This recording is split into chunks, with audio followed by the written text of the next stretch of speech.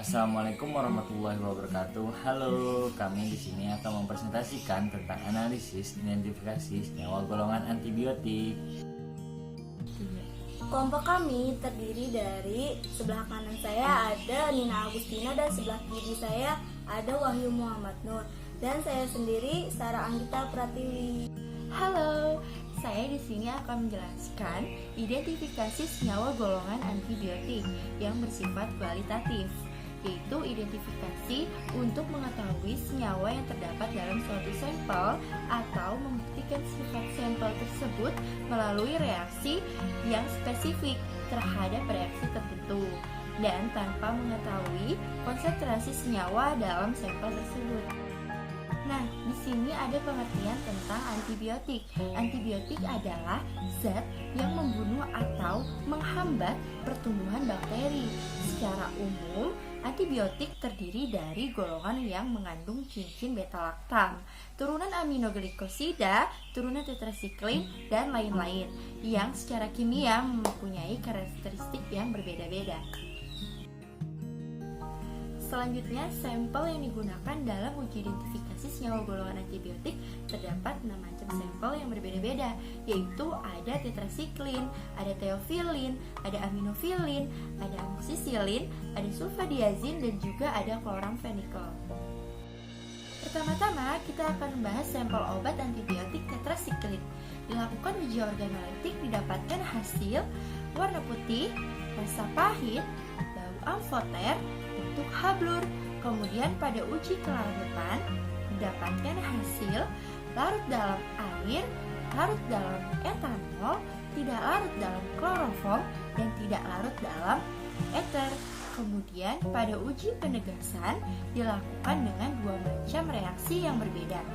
Yang pertama, sampel obat tetrasiklin ditambahkan dengan reagen AgNO3 didapatkan hasil berbentuk kristal.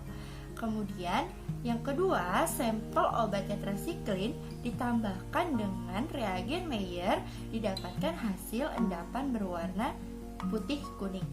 Kemudian pada uji identifikasi dilakukan dengan sampel obat tetrasiklin ditambahkan dengan Aquades, kemudian ditambahkan dengan FeCl3 didapatkan hasil endapan berwarna coklat. Selanjutnya, terdapat sampel obat antibiotik teofilin. Dilakukan uji organoleptik, didapatkan hasil warna kuning, rasa pahit, bau tidak berbau, bentuk hablur. Kemudian, pada uji kelarutan didapatkan hasil larut dalam air, larut dalam etanol, tidak larut dalam kloroform, dan tidak larut dalam eter. Kemudian pada uji penegasan dilakukan dengan 2 macam reaksi yang berbeda. Pertama, sampel obat teofilin ditambahkan dengan reagen AgNO3 didapatkan hasil berwarna merah. Kemudian yang kedua, sampel obat teofilin ditambahkan dengan reagen Mayer didapatkan hasil endapan berwarna putih kuning. Kemudian pada uji identifikasi dilakukan dengan sampel obat teofilin ditambahkan dengan Aquades, kemudian ditambahkan dengan FeCl3 didapatkan hasil endapan berwarna coklat. Selanjutnya terdapat sampel obat antibiotik aminofilin. Dilakukan uji organoleptik didapatkan hasil warna putih, rasa pahit, bau lemah, dan bentuk hablur. Kemudian pada uji kelarutan didapatkan hasil larut dalam air, tidak larut dalam etanol, kloroform, dan juga eter. Kemudian pada uji golongan fenol dilakukan dengan sampel obat aminofilin ditambahkan dengan reagen Mayer didapatkan hasil berbentuk kristal. Kemudian pada uji identifikasi dilakukan dengan 2 macam reaksi yang berbeda. Yang pertama, sampel obat aminofilin ditambahkan dengan FeCl3 didapatkan hasil berwarna merah. Kemudian yang kedua, sampel obat aminofilin ditambahkan dengan reagen Mayer didapatkan hasil berwarna kuning muda. Itu ada sampel obat amoksisilin.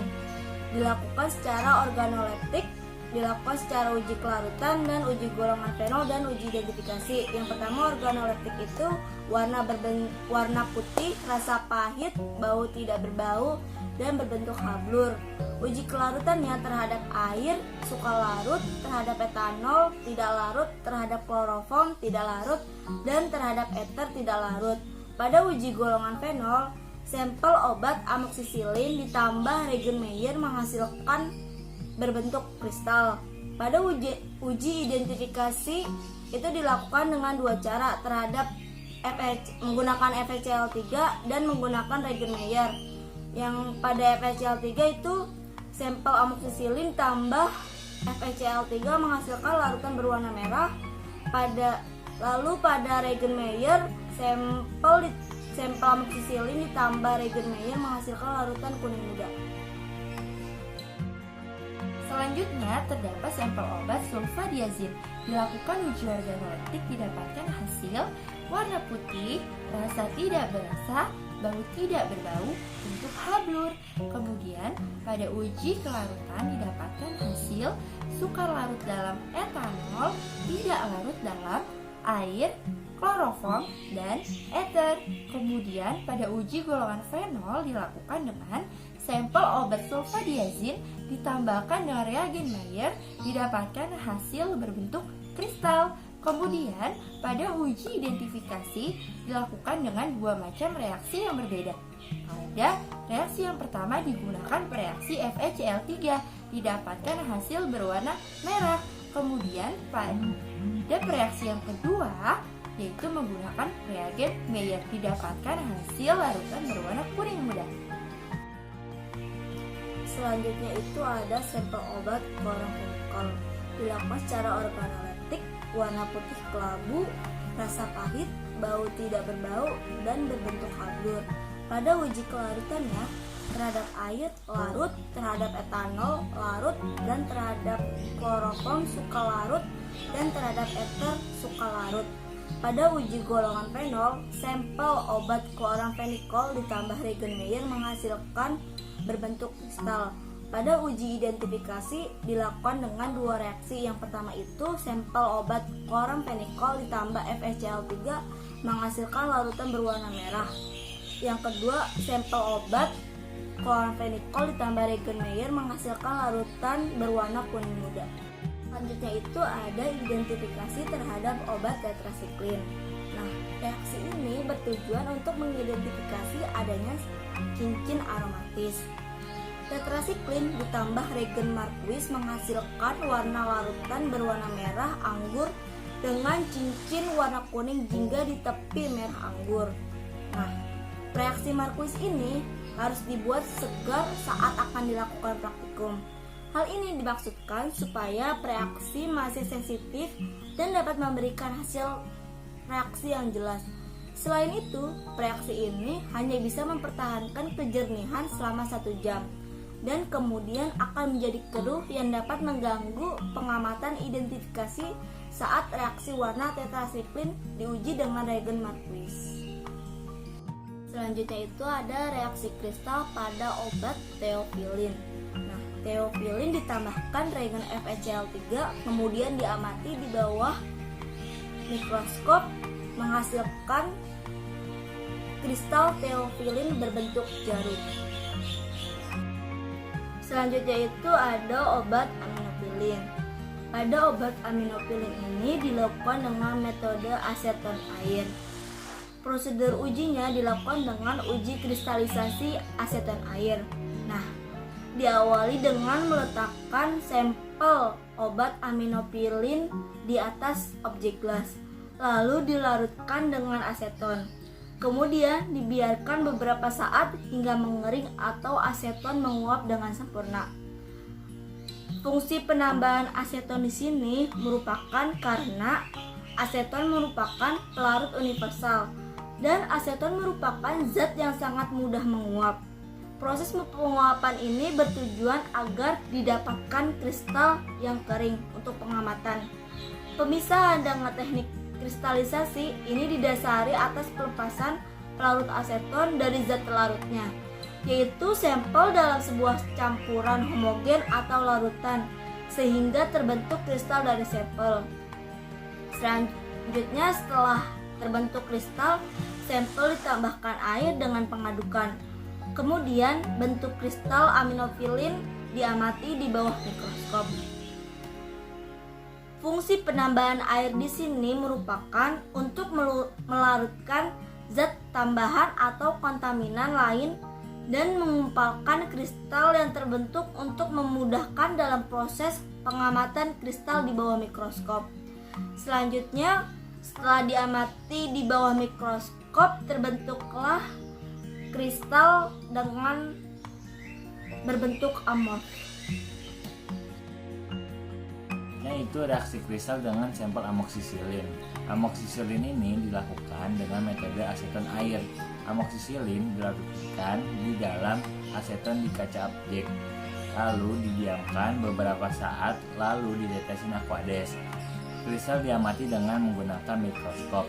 Hasil yang dihasilkan kristal amoksisilin ini dia berbentuk kristal amorf. Selanjutnya itu reaksi kristal menggunakan sampel chlorophenicol. Yang pertama dilakukan itu ditambahkan reagen Fehling A dan Fehling B, kemudian diamati di dalam mikroskop. Nah, didapatkan hasil kristal chlorophenicol berbentuk jarum. Nah, selanjutnya itu reaksi kristal menggunakan sampel sulfadiazin. Sulfadiazin dilakukan dengan metode aseton air. Sulfadiazin dilarutkan di dalam aseton di kaca objek, kemudian didiamkan beberapa saat, lalu ditetesi aqueous. Kristal diamati dengan menggunakan mikroskop. Hasil yang didapat terbentuk kristal amoksisilin berbentuk kristal amorf. Berikut adalah hasil gambar uji kristal dari beberapa sampel obat antibiotik. Sekian presentasi dari kelompok kami. Semoga apa yang kita sampaikan dapat bermanfaat. Kurang lebihnya mohon dimaafkan. Dan jangan lupa like, comment, and subscribe. Bye-bye.